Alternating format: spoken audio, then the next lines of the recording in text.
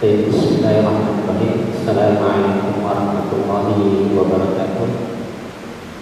Alhamdulillahirabbil alamin. Wa asyhadu an la ilaha illallah wahdahu la syarika lah. Wa asyhadu anna Muhammadan abduhu wa rasuluh. Sallallahu alaihi wa ala alihi wa ashabihi ajma'in. Amma ba'd. Akhwani wa akhwati fillah, a'azakumullah.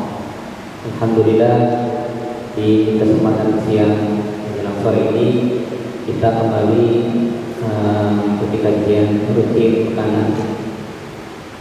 Bagi antum semua adalah kajian pekanan berganti-ganti, dan bagi saya adalah kajian bulanan. Kebetulan saya diamanati di awal bulan, di awal pekan, cuman lupa ya, baru dikasih tahu tadi menjelang turun. Ya, singkat saja. Kita belajar bersama, kaji bersama. Saya ambilkan satu bab yang mudah-mudahan nanti memberikan faedah kepada kita semua dari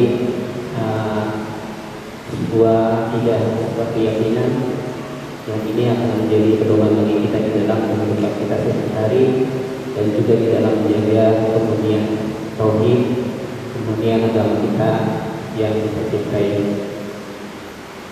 Alhamdulillah, saya diberi amanah untuk mengambil sebuah tema tematik ya. Cuman karena pembimbingan yang mendadak ya, saya ambilkan yang mudah dan ada saja. Saya akan membawakan sebuah materi yang terkait dengan sebuah keyakinan. Tentunya yang ini harus kita pahami bersama. Syekh Muhammad bin Abdul Wahhab dalam kitab Tauhid, beliau membuat sebuah bab tentang bab la yudbahu di makanin yudbahu fihi di ghairillah. Tidak boleh mengadakan penyembelihan di sebuah tempat di mana tempat tersebut dilakukan penyembelihan untuk selain Allah. Bab la yudbahu lillah. Tidak boleh menyembelih karena Allah. Tidak boleh menyembelih ikhlas karena Allah di tempat yang tempat tersebut merupakan tempat syiarnya atau tempat peribadatannya orang-orang jahiliyah, orang-orang kufar, orang-orang musyrikin. Ya, di makan itu tahu di tempat yang di situ disembelih sebuah sembelihan karena selain Allah. Ikhwan fillah, a'azakumullah. Syekh Muhammad bin Abdul Wahhab bin Al-Mubarak ini ya, beliau menunjukkan bahwa ini adalah perkara yang penting untuk diketahui oleh kita. Oleh karena itu, la yudbahu lillah. Tidak boleh menyembelih untuk Allah. Di sini menyembelih untuk Allah ikhlas, ya. Mengikhlaskan yang bagi dan dariha Allah. Yang dengan sembelihan itu memang semata-mata untuk Allah Subhanahu wa taala. Taqarruban ilaih, dan dalam rangka taqarrub, untuk mendekatkan diri kepada Allah Subhanahu wa taala, ya. Kemudian fi makani yu'badu fihi ghairullah, di tempat yang di situ disembah selain Allah Subhanahu wa taala. Wa yunha dzalika, dan ini adalah dilarang. Kenapa? Li'anna dzalika li'anna hadha wasilatun min wasaili asyirki. Karena ini akan menjadi wasilah dari wasilah kesyirikan. Ya, perhatikan di sini, menyembelihnya untuk Allah adalah tauhid lillah, tetapi di tempat yang di situ dijadikan tempat peribadatan orang-orang musyrikin, tempat ibadahnya orang-orang musyrikin, ini adalah wasilah kepada kesyirikan. Bagaimana hal itu bisa menjadi wasilah? Nanti kita akan jelaskan. Kemudian penulis membawakan satu bab ini, ya, yaitu bab ma jaa fi dzamhi bi ghairillah. Sebelumnya Syekh Muhammad bin Abdul Wahab membawakan bab ya tentang majah fi bab tentang penyembelihan untuk selain Allah. Tentunya kita sudah ketahui bahwa menyembelih untuk selain Allah adalah syirik.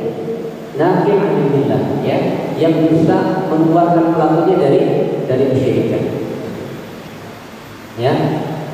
Man dzabha li ghairillah faqad asyraka. Barang siapa yang menyembelih untuk selain Allah, maka sungguh dia telah berbuat syirik. Kemudian judul ini adalah al-maqasid, tujuannya ya. Jadi man dzabha li ghairillah faqad asyraka, itu adalah perbuatan syirik dan ini adalah tujuan. Nah, kemudian di bab setelahnya ya, Syekh Muhammad bin Abdul Wahab membawakan bab la yudbahu illah bimakanin yudbahu bihi li ghairillah. Ya, tidak boleh menyembelih untuk Allah meskipun ikhlas untuk Allah, namun di tempat yang di situ merupakan tempat penyembelihan selain Allah. Artinya apa? Tempat kekufuran, tempat syiar-syiar kesyirikan. Ya. Dan ini adalah wasilah, ya, wasilah kepada kesyirikan. Padahal dalam kaidah fikih dikatakan al-wasail laha ahkamul maqasid, bahwa wasilah itu hukumnya sama seperti tujuan. Jadi kalau suatu perbuatan tujuannya adalah ketaatan, maka wasilah yang mengantarkan kepada ketaatan itu adalah menjadi ibadah. Contohnya menuntut ilmu, itu adalah ibadah. Nah, berjalannya seseorang menuntut ilmu itu adalah ibadah. Berjalannya. Oleh karena itu Nabi SAW mengatakan, "Man salaka tariqan yaltamisu bihi ilman, sahalallahu bihi tariqan ila jannah." Barang siapa yang berjalan menuntut ilmu, ya, bersusah payah dalam rangka mencari ilmu Allah, ya, Allah mudahkan jalan baginya jalan menuju surga. Baik, bersusah payah menempuh jalan itu dengan apa? Itu menempuh perjalanan yang jauh. Susah payah kita dari satu tempat ke tempat yang lain, sebagaimana dulu para ulama berjalan dari satu negeri ke negeri lain dengan berjalan kaki, bahkan bukan dengan pesawat, bukan dengan kendaraan, berjalan kaki. Bersusah payah untuk mencari ilmu, mencari satu hadis, atau dengan bersusah payah murojaah, membaca, menghafal dan sebagainya. Itu adalah termasuk di antara wasilah untuk sampai kepada ilmu. Ya. Kemudian juga sama halnya dengan seseorang melakukan suatu amalan, wasilahnya itu apa? Kepada kemaksiatan atau kepada dosa, maka wasilah itu pun menjadi diharamkan. Oleh karena itu di dalam beberapa pembahasan fikih dikatakan dilarang ya menjual senjata tajam misalkan ya kepada perampok atau kepada orang yang di situ telah terjadi fitnah peperangan di antara kaum muslimin. Kita tidak boleh menjual senjata atau memberikan senjata. Padahal menjual senjata tajam boleh-boleh saja. Ya. Banyak kan orang yang di pasar menjual senjata tajam, boleh kan? Boleh. Tetapi ketika di situ terjadi fitnah peperangan di antara kaum muslimin, maka perbuatan itu tidak. Ya. Dan termasuk di sini ya yang dilarang dalam pembahasan ini adalah karena dalam wasilah kepada kesyirikan. Kemudian hatta wa in kana dhabihi dzabaha mukhlishan lillah, meskipun penyembelih itu menyembelihnya ikhlas karena Allah, ya, lakin amaluhu hadza wasilatun min wasail syirki wa dalilatun min dhara'i. Tetapi amalan dia dengan melakukan penyembelihan ya di tempat itu adalah wasilah dari wasilah-wasilah kesyirikan. Ya. Karena apa? Karena mungkin bagi dia ikhlas. Orang kan yang terlihat orang bukan di dalam hatinya, tetapi apa perbuatannya. Sehingga dia akan memandang bahwa perbuatan itu boleh, bahkan itu menjadi syiar agama. Bahkan di tempat itu pun tidak dilarang. Oleh karena itu kita mungkin pernah menyaksikan ada orang yang melakukan ritual zikir, kemudian bikinnya di mana? Di candi, di Borobudur. Ya. Kemudian ada yang menyangka, mempermasalahkan, kenapa Anda mempermasalahkan orang berzikir? Yang namanya zikir itu di mana saja? Ya. Yang namanya zikir di mana saja? Kenapa Anda? Ya.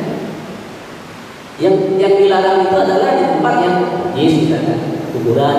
Ini hanya sekedar candi, hanya sekedar tempat wisata. Orang berzikir daripada kemudian orang yang di situ berbuat kemaksiatan, lebih baik di situ. Supaya orang mengingat orang berzikir, misalkan niatnya baik, ya. Tetapi tempat itu adalah tempat yang merupakan tempat kesyirikan, maka masuk di dalam hal ini, ya. Jadi bukan semata-mata niat yang ikhlas, niat yang baik, tetapi cara atau itu adalah wasilah yang bisa mengantarkan kepada kesyirikan dan kekufuran. Kemudian bisa jadi, ya, nanti dari generasi ke generasi, ya, akan berubah pemikiran, bahkan akan menjadikan apa? Perbuatan tersebut adalah bentuk dari syiar agama, ya. Melakukan ibadah di tempat itu akan menjadi dianggap sebagai syiar agama. Kemudian di sini penulis, ya, membawakan dalil tentang dilarangnya kita melakukan ibadah di tempat yang merupakan tempat-tempat peribadahan orang-orang kufar. Di sini sebutkan la yaqbal. Nah, kita tahu bahwa menyembelih adalah ibadah. Berarti termasuk apa? Ibadah-ibadah yang lainnya juga sama. Kalau misalkan dilarang menyembelih di tempat yang di situ disembelih untuk selain Allah, maka sama saja dengan dilarang untuk kegiatan ibadah yang lain di mana di tempat itu dilakukan ibadah-ibadah kepada selain Allah.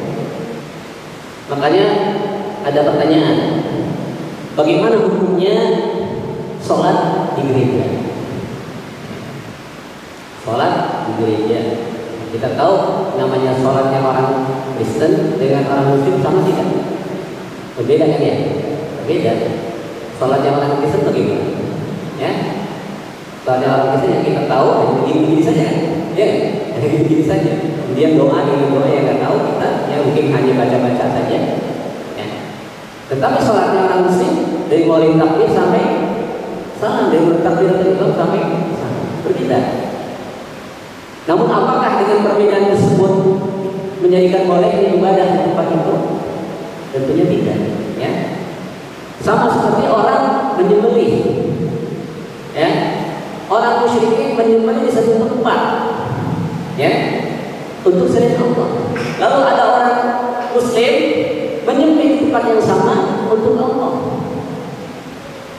Kalau itu jelas terlihat bentuk amalannya sama, maka dalam hal ini bukan dilihat dari amalannya, tetapi dari hakikatnya adalah bentuk ibadahnya.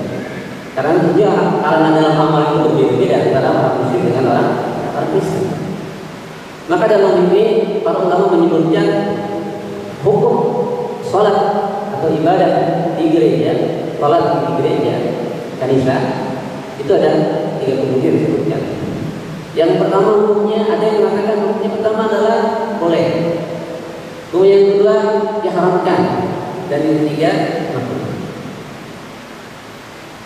Pendapat yang mengatakan boleh dengan syarat jika di gereja itu sudah dihilangkan syiar-syiar kekufurannya, tidak ada gambar, tidak ada salib.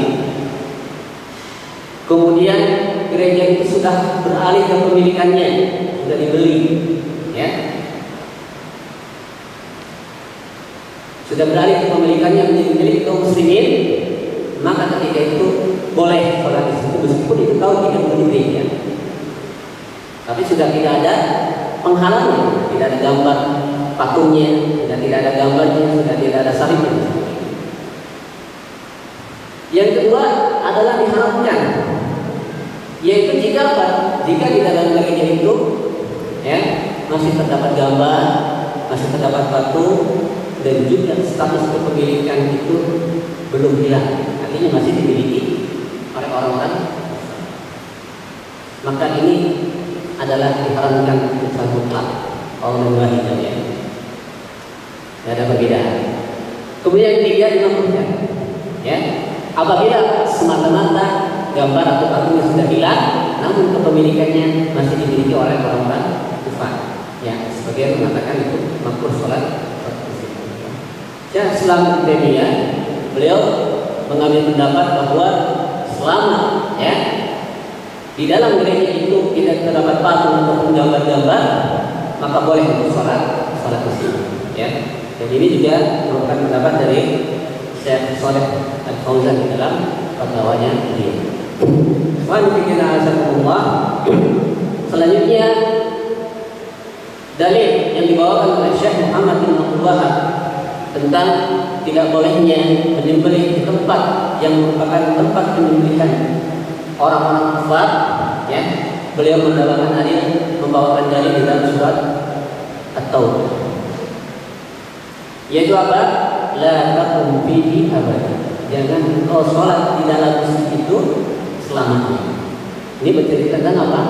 Ya, bercerita atau ayat yang mengabarkan kepada kita tentang masjid Dirar. Ya. Kata Allah Subhanahu wa taala, ya, di dalam surat Al-Baqarah, walladzina ittakhadhu masjidan diraran wa kufran wa tafriqan bainal mu'minina wa irsadan liman harama Allah wa rasulahu min qablu wa yahlikunna in aradna illa al-husna wallahu yashhadu innahum lakadzibun. Kemudian ayat setelahnya, la takum fihi abada. La takum fihi abada, la masjidun ussisa 'ala taqwa min awwal yawmin ahaqqu an tuqama fihi an taquma fihi. Rijalun yuhibbuna an yatatahharu wallahu yuhibbul mutahhirin. Kata Allah SWT, walladzina ittakhadhu, dan orang-orang yang menjadikan masjid dirar, ya, wa kufran, dan kekufuran, wa tafriqan, dan memecah belah bainal mu'minin, dan memecah belah di antara kaum mukminin, wa irsadan liman harama Allah wa rasulahu, dan menyokong, membantu bagi orang-orang yang memerangi Allah dan Rasulnya. Min qablu, sebelumnya, membantu orang-orang yang sebelumnya memerangi Allah dan Rasulnya, meskipun dia bersumpah bahwa apa yang mereka lakukan tidaklah mereka lakukan illal husna, kecuali ingin berbuat baik, ya. Maka wallahu yashhadu innahum lakadzibun, dan Allah bersaksi bahwa mereka yang mengatakan, ya, tidaklah kamu melakukan ini, ya, kecuali kebaikan, Allah bersaksi innahum lakadzibun, bahwa mereka adalah orang-orang yang berdusta. Kemudian kata Allah, la taqum fihi abada, jangan engkau salat di dalamnya selamanya. La masjidun ussisa 'ala taqwa min awwal yawm, maka sungguh masjid yang dibangun di atas fondasi takwa dari awal pertama kali dibangun, ahaqqu an taquma fihi, itu berhak kamu untuk salat di dalamnya. Ya, fihi rijalun yuhibbuna an yatatahharu, di dalamnya ada laki-laki yang mereka, ya, menyukai untuk bersuci, ya. Wallahu yuhibbul mutahhirin, dan Allah mencintai orang-orang yang bersuci. Perhatikan saudara sekalian, di dalam ayat ini ada 4 asas, 4 fondamen, ya, sehingga kenapa Rasulullah SAW dilarang untuk sholat di dalam. Ya. Nah, pada ini kita kaitkan dengan apa? Dengan larangan tadi, ibadah di tempat peribadahan orang-orang kufur, orang-orang musyrik. Ada keterkaitannya dengan pembicaraan atau persiapan. Yang pertama, asas yang pertama adalah ad-dirar, yaitu membuat kemalorotan, ya, bagi ahli iman, bagi kaum mukminin, merusak akidah mereka, merusak keimanan mereka, merusak ibadah mereka. Tujuannya adalah untuk merusak akidah dan ibadah dari kaum mukminin. Itu dirar, ya. Kemudian yang kedua, dasarnya kenapa dilarang?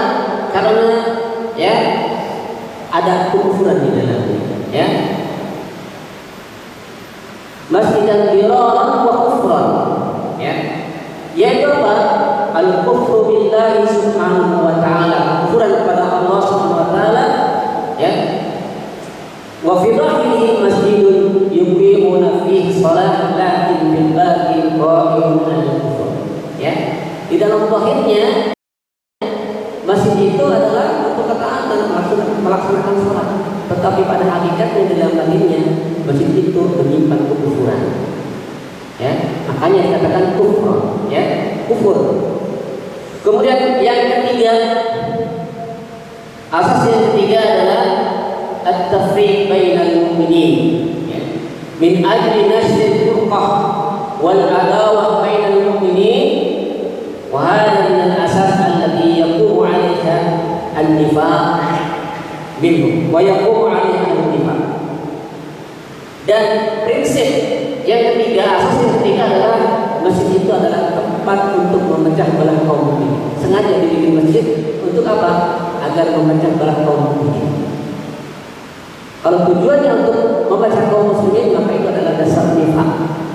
Karena orang-orang munafik itu mereka tidak ingin, ya, tidak ingin kaum mukminin itu bersatu, tidak ingin kaum mukminin itu mereka terjadi ukhuwah di antara mereka. Ininya adalah menebarkan permusuhan di antara kaum mukminin.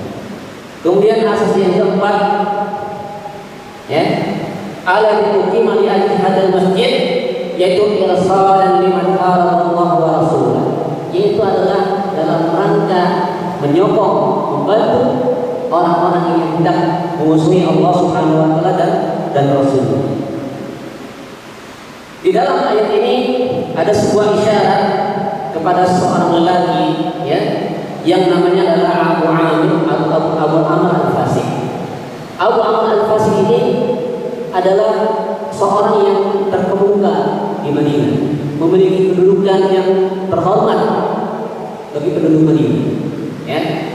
Ketika Nabi Shallallahu Alaihi Wasallam datang ke situ, ya, perhatikan, Abu Amr al-Fasih ini adalah orang yang memiliki kedudukan terhormat dan mulia dengan kaumnya. Akan tetapi dia itu adalah tarahaba fil jahiliyah, yaitu memposisikan diri sebagai rahim, pendeta ulama, ya. Wa tanassara, kadang juga dia seperti memposisikan seperti orang Nasrani, ya. Ketika Nabi SAW datang ke Madinah, ya, Abu Amr al-Fasih ini tidak suka, ya. Maka mulailah dia, ya, menancapkan permusuhan kepada Nabi SAW dan menghasut, ya, menghasut kaum.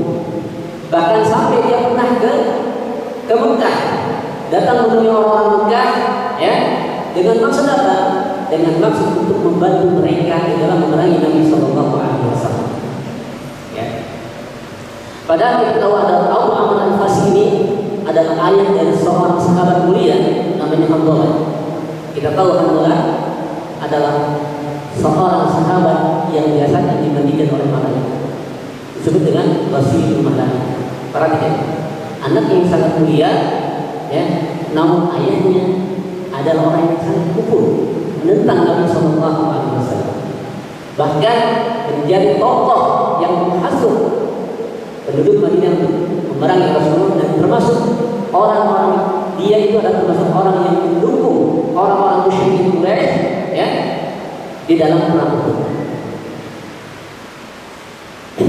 Wanifidina azalullah, maka, ya, inilah jadi sebab atau fondasi kenapa, ya, Allah SWT melarang Nabi-Nya untuk sholat di dalam. Maka ketika mereka Abu Amr al-Fasih ini, ya, kaum munafik ini datang kepada Nabi SAW, ya, menuntut atau meminta kepada Rasulullah untuk sholat di masjid ini, ya. Kata Nabi SAW, dijawab oleh beliau, wa inna bisafarin wa inna wa inna lanusalli fihi insyaallah, kata Nabi, ya. Ketika Abu Amr al-Fasih diminta kepada Nabi agar sholat di masjid itu, ya, Masjid Dirar, posisinya adalah dekat dengan Masjid Kuba, ya, dekat dengan Masjid Kuba. Meminta kepada Nabi untuk sholat di situ. Kenapa? Karena kalau Nabi SAW di situ, itu akan menjadi ta'yid, akan menjadi penguat bahwa ini adalah masjid Nabi, ada sholat di sini.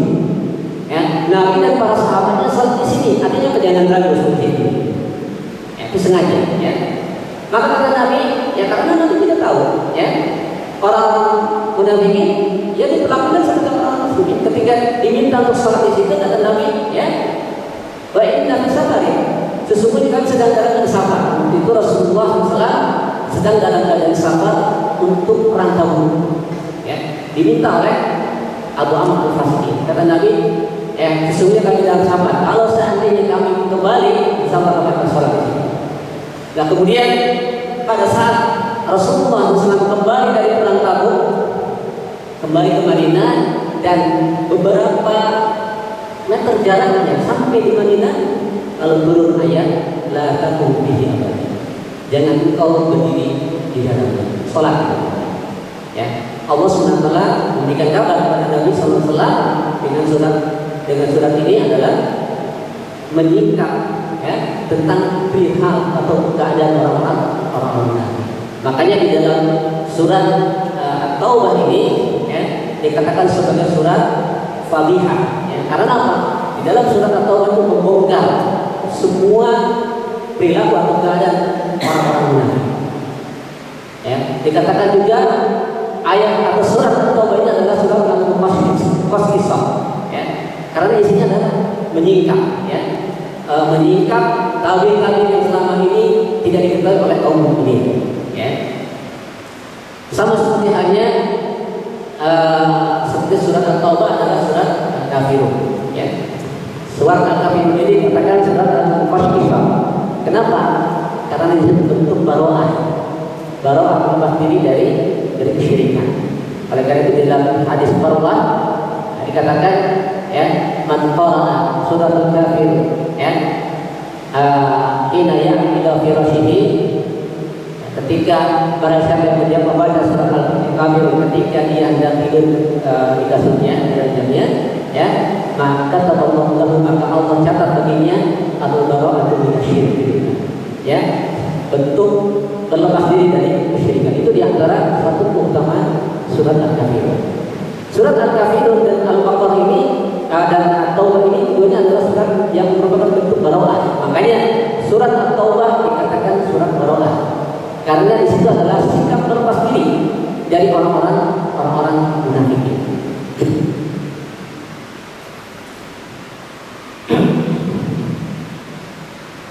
Kemudian ikhwani fiddin wa akhwati fillah, a'azakumullah,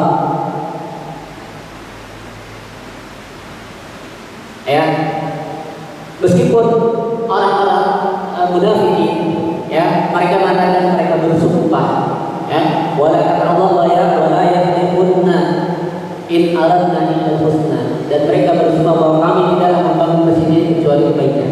Apa kebaikan yang mereka maksudkan?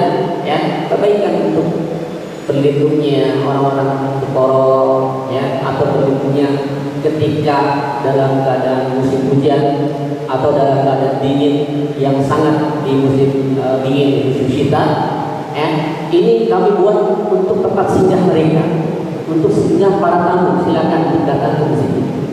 Ma'aradna illa husna, kami tidak menginginkan kecuali kebaikan. Maka kata Allah apa? Ya, wallahu yashhadu innahum lakadzibun. Allah bersaksi bahwa mereka itu adalah pendusta, orang-orang yang berdusta. Kemudian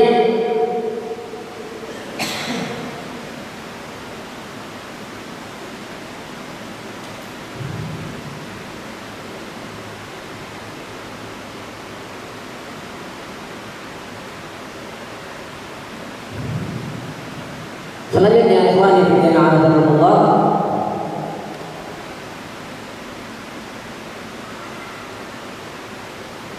ayat firman Allah Ta'ala yang la taqum fihi abada, ini kata Syekh adalah dalil bagi judul bab yang dibuat oleh Syekh Muhammad bin Abdullah, la yaqbahu, ya, lillahi bimakari ya'budu fihi yu'badu fihi ghairullah.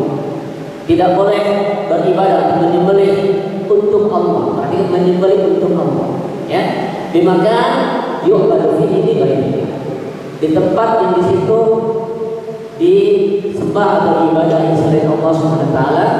Li'anna Allah naha nabiyahu sallallahu alaihi wasallam an yusalli fi hadzal masjid, ya, untuk sholat di Masjid Dirar. Padahal kalau Nabi sholat, ya pasti sholatnya Nabi SAW adalah lillah.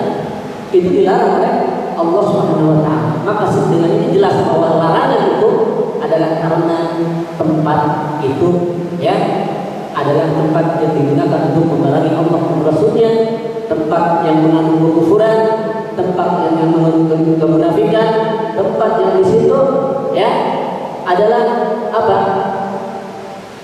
Untuk memecah kaum mukminin. Tempat yang di situ adalah untuk menimbulkan kemadaratan bagi kaum mukminin. Maka dengan demikian kita katakan bahwa tidak boleh kita melakukan ibadah apapun di tempat yang di situ ada tempat kesyirikan atau kekufuran. Kemudian Syekh rahimahullah taala membawakan hadis, dalil yang kedua dari hadis, ya, dari Sa'id bin Talha radhiyallahu anhu, ya, faqala nadara rajulun an yanhara ibilan bi bawana fasa'ala an-nabiy sallallahu alaihi wasallam faqala hal kana fihi wazn min awsan jahiliyah yu'bad qalu la qala fahal kana fiha idun min a'yadihim qalu la faqala Rasulullah sallallahu alaihi wasallam awfi bin nadri fa innahu la wafa'a li nadri bi ma'siyatillah wala fi ma la yamliku ibnu adam. Rawahu Abu Dawud wa isnaduhu ala syartihi. Hadis yang kedua dari Sa'id bin Talha radhiyallahu anhu bahwa ada seorang yang bernadar untuk menyembelih, ya, unta, ya, di Bawana. Bawana itu adalah satu tempat antara suatu tempat di dataran tinggi yang dekat dengan tepi Laut Merah. Kemudian orang itu bernadar ingin melakukan menyembelih, ya, bernadar untuk menyembelih unta di tempat itu. Maka kemudian Nabi SAW bertanya kepada orang tersebut, hal kana fiha wasanun min awsan jahiliyah, apakah di tempat itu ada berhala dari berhalanya orang-orang jahiliyah yang disembah? Kemudian mereka mengatakan tidak. Kemudian Rasulullah bertanya lagi, hal kana fiha idun min a'yadihim, apakah di dalamnya merupakan tempat perayaan dari perayaan-perayaan orang musyrikin? Mereka mengatakan tidak. Fa'udhu minanti, maka kata Nabi, tunaikan nazar. Saya katakan tadi tentang Candi Borobudur itu tempat ini orang-orang itu bukan orang budaya. Tempat ini mereka bukan. Tempat ini. Dan kenapa orang sholat tinggi di situ? Sama, ini tidak boleh. Ya. Kemudian lalu kata Nabi, fa innahu la wafa'a li nadrin, karena sesungguhnya tidak boleh menunaikan nazar bi maksiatillah, di dalam kemaksiatan kepada Allah.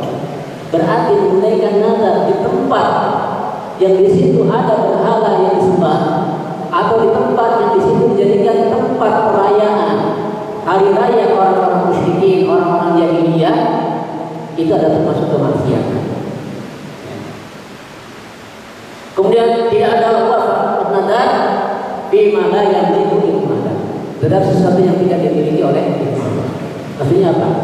Bernadar sesuatu yang tidak dimiliki, ya. Seperti mengatakan, kalau saya begini saya akan bernadar dengan akan memberikan akan bernadar dengan hewan fulani, ya, hewannya belum jelas bentuknya, ya, sesuatu yang belum dia miliki, itu tidak boleh, ya. Oleh karena itu tidak boleh kita melakukan nadar seperti itu. Kemudian Syekh Muhammad rahimahullah taala membawakan hadis ini, ya, ayat tentang nadar seorang lelaki di bawah ini, ya. Maka ini menunjukkan bahwa lelaki tersebut menentukan tempat tertentu. Nah, berarti pertanyaannya, boleh nggak kita bernadar dengan menentukan tempat tertentu? Ya, pernah Ibnu Umar Al-Umar bin Khattab pernah bernadar pada Nabi SAW untuk i'tikaf di Masjid Al-Haram. Ya, bernadar untuk i'tikaf di Masjid Haram. Nabi nanya tidak. Ya, tidak. Karena tempat Masjidil Haram adalah tempat yang baru, tempat yang sudah jelas. Ya, maka kata Nabi, "Oh, binatri, tunaikan nadarmu." Untuk apa? I'tikaf di masjid. Nah, kalau seseorang bernadar di satu tempat yang tidak jelas, di sini perlu ditanya dulu. Ini menjadi kaidah bagi kita. Ketika ada seorang ingin melakukan nadar sesuatu, kemudian menentukan tempat, boleh nggak?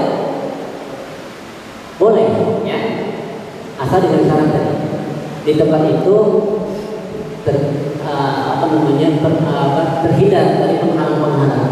Apa penghalangnya?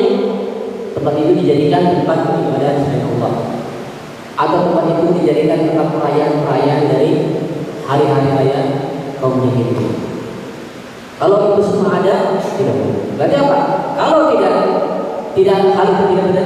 tidak ada atau terbebas dari penghalang tersebut, maka boleh. Oleh karena itu boleh bagi kita untuk bernadar. Untuk apa? Misalkan ya, saya ingin bernadar memotong hewan di kota Bulan. Nah, di kota Bulan itu banyak orang-orang tua, orang miskin yang sangat membutuhkan. Ya, saya akan korbannya di sini, akan bernadar untuk menyembelih di sana. Ya. Kemudian atau apabila ya terbebas dari hal-hal yang sifatnya keyakinan baru, keyakinan jahiliyah. Ya. Seperti Nabi pernah mengatakan, hal fika amrul jahili, apakah pada dalil niatmu itu adalah ada niat-niat jahiliyah? Tidak. Ya, kalau binatri kata dari dalam Nabi, maka tunaikan. Artinya apa?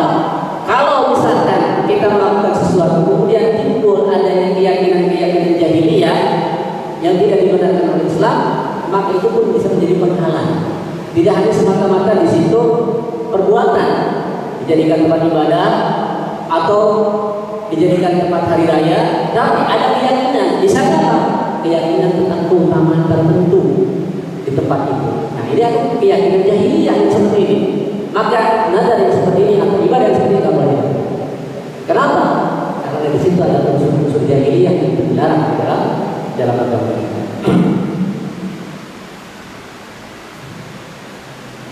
Nah, kemudian ikhwani fillah azzakumullah,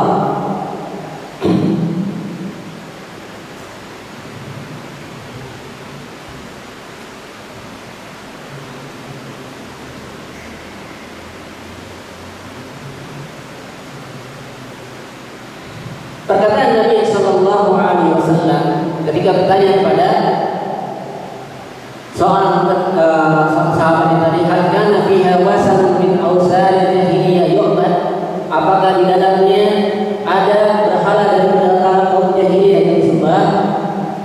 Hal lahu fi dzalikal makan wasan ya'budunahu, apakah di tempat itu ada berhala yang mereka ibadahi? Ya, kana ay walau qaum, meskipun sebelumnya. Ya, pertanyaannya di sana. Ya, di sini hal kana itu akan menunjukkan sesuatu yang telah lalu. Ya, meskipun hal itu sekarang sudah fitnah, sudah tidak dijadikan lagi tempat ibadah. Dulu ya di sini dijadikan tempat ibadah orang-orang musyrikin, tapi sekarang sudah tidak. Apakah boleh kita melakukan ibadah kita di situ? Ya, di sini Syekh menyebutkan termasuk kemudian. Kenapa?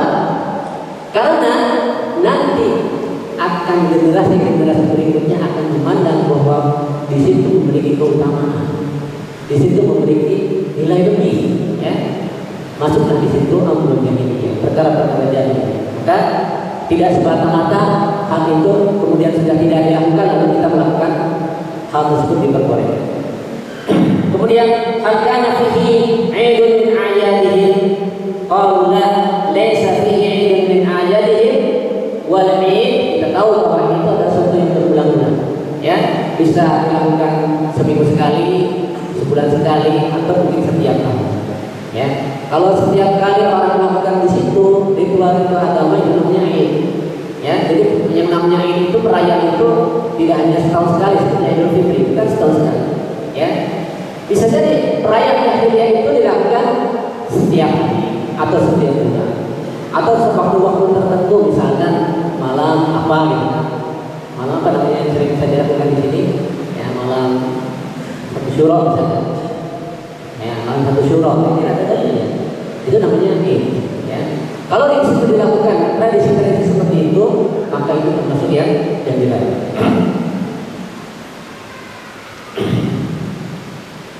Fa innahu la wafa'a min nadrin bi ma'siyatillah wa la bima la yamliku imada.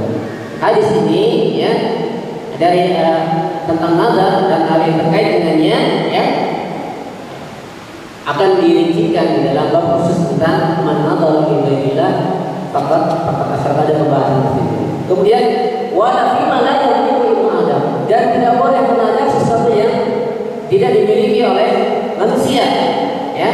Jadi apa? Tidak boleh menentukan sesuatu yang tertentu, ya, dan milik yang bukan milik kita, ya. Misalkan mengatakan, lau hasala likada wa kada, ya, faqad nadartu ilahi an tatasarraf bidzalika syai'. Kalau seandainya aku mendapatkan itu, ya, itu punya orang. Kalau seandainya aku punya itu, saya akan sedekah dengan begitu. Nah itu berarti apa? Bernada dengan sesuatu yang bukan miliknya. Itu tidak diperbolehkan, misalkan hadis ini.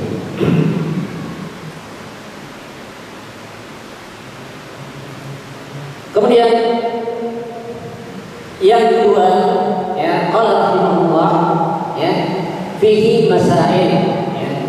Dalam sini pembahasannya ada beberapa masalah. Yang pertama tafsir la takun fi abad, yang sudah dijelaskan tentang larangan untuk sholat di masjid Haram. Kemudian yang kedua, annal ma'siyah qad tu'asiru fil ardi wa kadzalika ta'at, bahwa perbuatan maksiat itu akan berpengaruh terhadap tempat, ya, dan begitu pula perbuatan maaf. Maksudnya bagaimana? Contohnya, ya, orang ingin berkurban di tempat, ada di tempat, ya. Tetapi tempat itu tempat maksiat, menyebabkan apa? Tempat itu dilarang.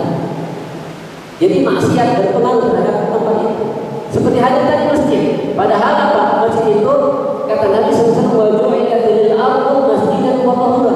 Dijadikan tanah itu bagiku adalah masjid dan suci. Artinya semua tempat selain yang dilarang itu adalah masjid, tempat sholat. Tapi Masjidil Haram tidak boleh sholat di situ. Kenapa? Karena ada kemaksiatan. Maka maksiat itu akan menentukan status tempat. Apakah boleh kita melakukan ibadah di tempat itu atau tidak? Ya. Bagaimana kalau tempat ada sholat di tempat lajuran? Ya, berarti apa? Pengaruh.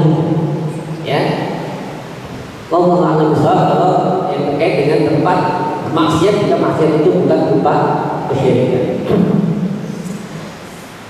Kemudian begitu pula berpengaruh terhadap ketaatan, sebagaimana tempat itu berpengaruh terhadap kemaksiatan.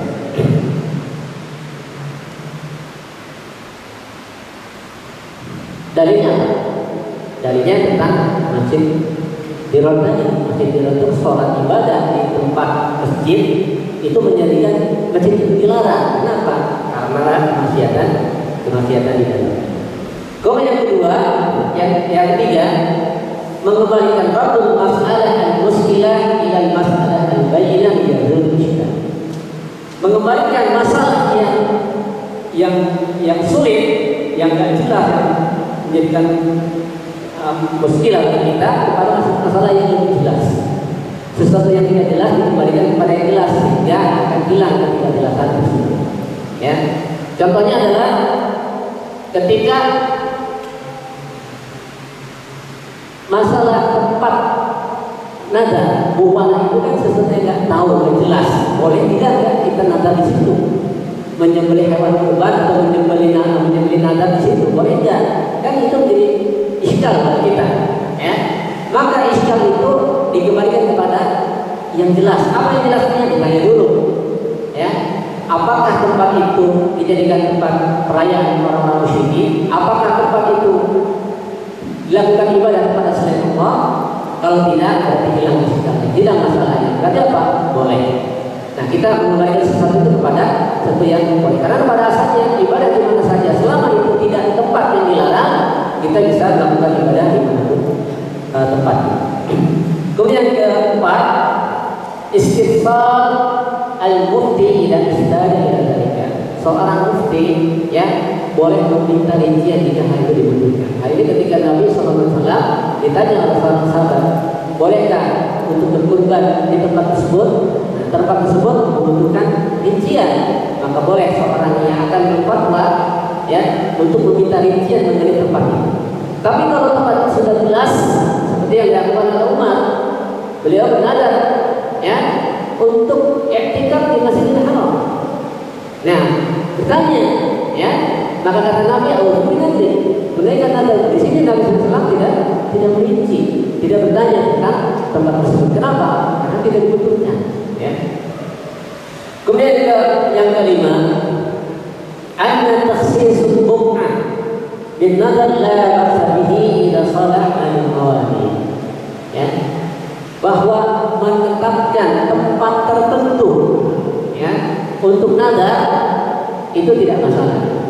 Ya, tidak masalah kita menentukan tempat tertentu nadar kalau terhindar dari hal-hal yang menjadi penghalangnya atau hal yang menyebabkan hal itu diharamkan.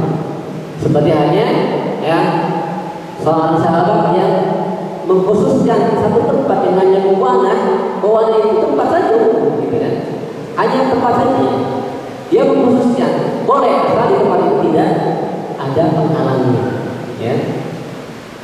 Kemudian yang keenam, al-man'u minhu idza kana fihi wasanun min awsan jahiliyah walau ba'da zawalihi.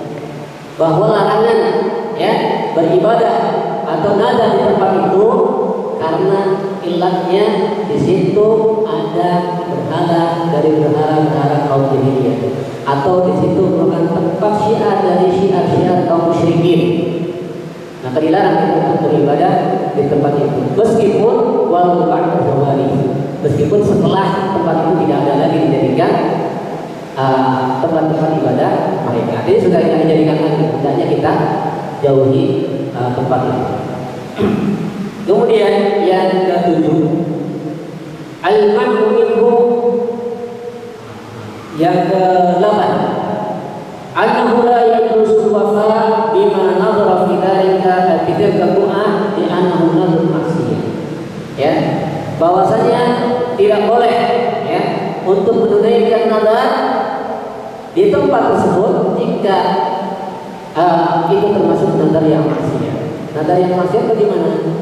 Nadar yang di situ mengandung kemaksiatan. Seperti apa misalkan bernadar untuk sesuatu yang buruk, ya, bernadar untuk memutuskan silaturahmi, bernadar untuk apa saja yang tidak baik, yang tidak dibenarkan oleh syariat, ya, atau bernadar di tempat yang di situ dilarang, maka tidak boleh kita menunaikan nadar tersebut, ya. Karena apa? Nadar maksiat itu dilarang oleh Nabi SAW. Kata Nabi, la wafa'a li nadrin bi maksiatillah. Tidak ada nadar menunaikan nadar untuk di satu tempat karena perbuatan maksiat. Fa in kana al-makan alladhi ayyanahu an-nadir fihi 'idun min a'yad al-jahiliyah aw wasan min awsan fa inna hadha nadar dakhala fi nifaq al-maksiyah. Jadi kalau seandainya seseorang bernadar, kemudian di tempat itu ada berhala yang dijadikan yang disembah oleh Allah, atau di tempat itu dijadikan sebagai tempat perayaan kaum jahiliyah, maka tempat itu masuk di dalam tempat kemaksiatan. Oleh karena itu tidak boleh kita melakukan nadar di tempat tersebut. Kenapa? Karena tasyabuhun bil kufar, karena itu termasuk perbuatan tasyabuh dengan orang-orang kafir.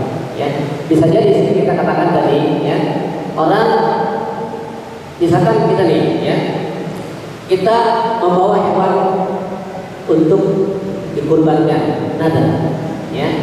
Kemudian niat kita adalah ikhlas Kemudian ada orang lain juga sama, datang ke tempat yang sama, dia berkorban untuk kuburan itu. Kita datang ke kuburan, ya inilah orang datang ke kuburan ya untuk penghuni kubur tersebut. Sama-sama datang, sama-sama bawa hewan, kemudian sama-sama menyembelih. Yang satu niatnya untuk kuburan, yang satu niatnya untuk Allah. Kira-kira dalam pandangan orang lain sama kita? Sama. Ya, dalam pandangan orang lain itu orang melakukan perbuatan yang sama. Sehingga bisa jadi diikuti oleh orang-orang seluruh yang kiai bulan juga melakukan ibadah di tempat itu, menyembelih di tempat itu, dan boleh kita melakukan seperti itu. Akhirnya apa? Dijadikanlah tradisi dan hanya itu menjadi ibadah kepada selain Allah. Kemudian yang ke-9, al-hadar min musyarahatil musyrikin fi a'yadihim walau lam yaqsuduhu. Ya, agar berhati-hati dari menyerupai kaum musyrikin di dalam ibadah-ibadah mereka, di dalam perayaan-perayaan mereka, walau lam yaqsuduhu, meskipun kita tidak berniat untuk melakukan hal seperti ini. Ya.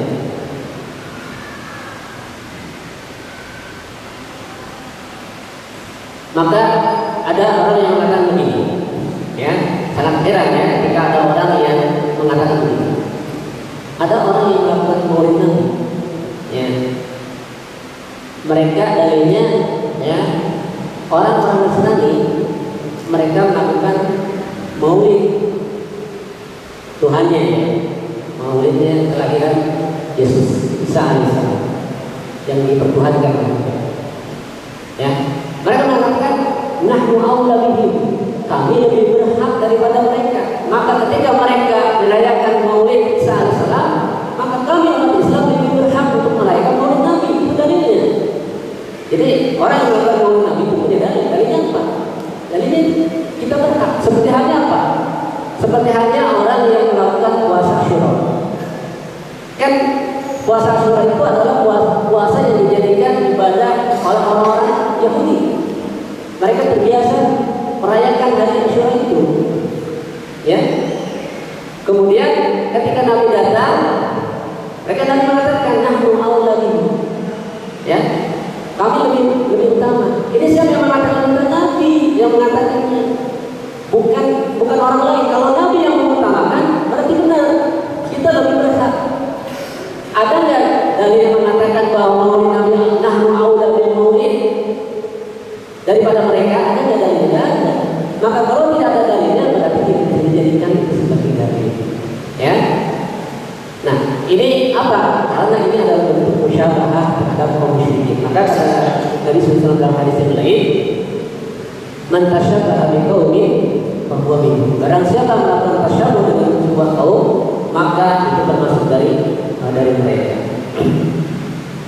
Kemudian yang berikutnya adalah la nadhara fil maksiyah. Itu sudah dijelaskan tadi, tidak ada nazar dalam perbuatan maksiat. Ba'yu nadari qama au bunya an maksiatillahi ta'ala bahwa nadrun batilun. Apa saja nazar yang dibangun di atas kemaksiatan kepada Allah Ta'ala, maka itu adalah nazar yang batil, ya. Wala yujuzu an yufi bidzalika nazar, dan tidak boleh untuk menunaikan nazar tersebut, ya. Ada yang bertanya hal alaihi kafarah, apakah harus ada kafarah atau tidak dengan nazar yang maksiat terlanjur, dia tidak seperti menjadi membatalkan ada kafarah itu tidak, ya.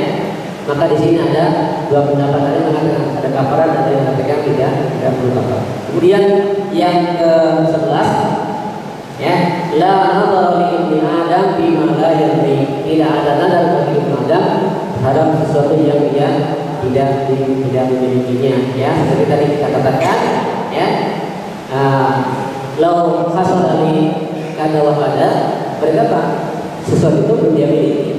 Makanya ada yang mengatakan nazar itu jangan banyak nazar, karena itu ada tidak akan menghilangkan kebajikan, ya. Jadi akan orang nazar sudah untuk dibagi lau hal itu kan berangan-angan, ya. Ya, jadi bernazar sesuatu itu dengan sesuatu yang memang sudah kita miliki, baru kita untuk bernazar, ya. Wallahu a'lam bishawab. Mungkin ini yang bisa kita sampaikan dalam pertemuan singkat kita kali ini ya. Mudah-mudahan bisa memberi manfaat dan pencerahan kepada kita semua ya. Kita tutup pertemuan ini dengan doa kafaratul majelis. Subhanallah wa bihamdika asyhadu an la ilaha illa anta astaghfiruka wa atubu ilaik. Assalamualaikum warahmatullahi wabarakatuh.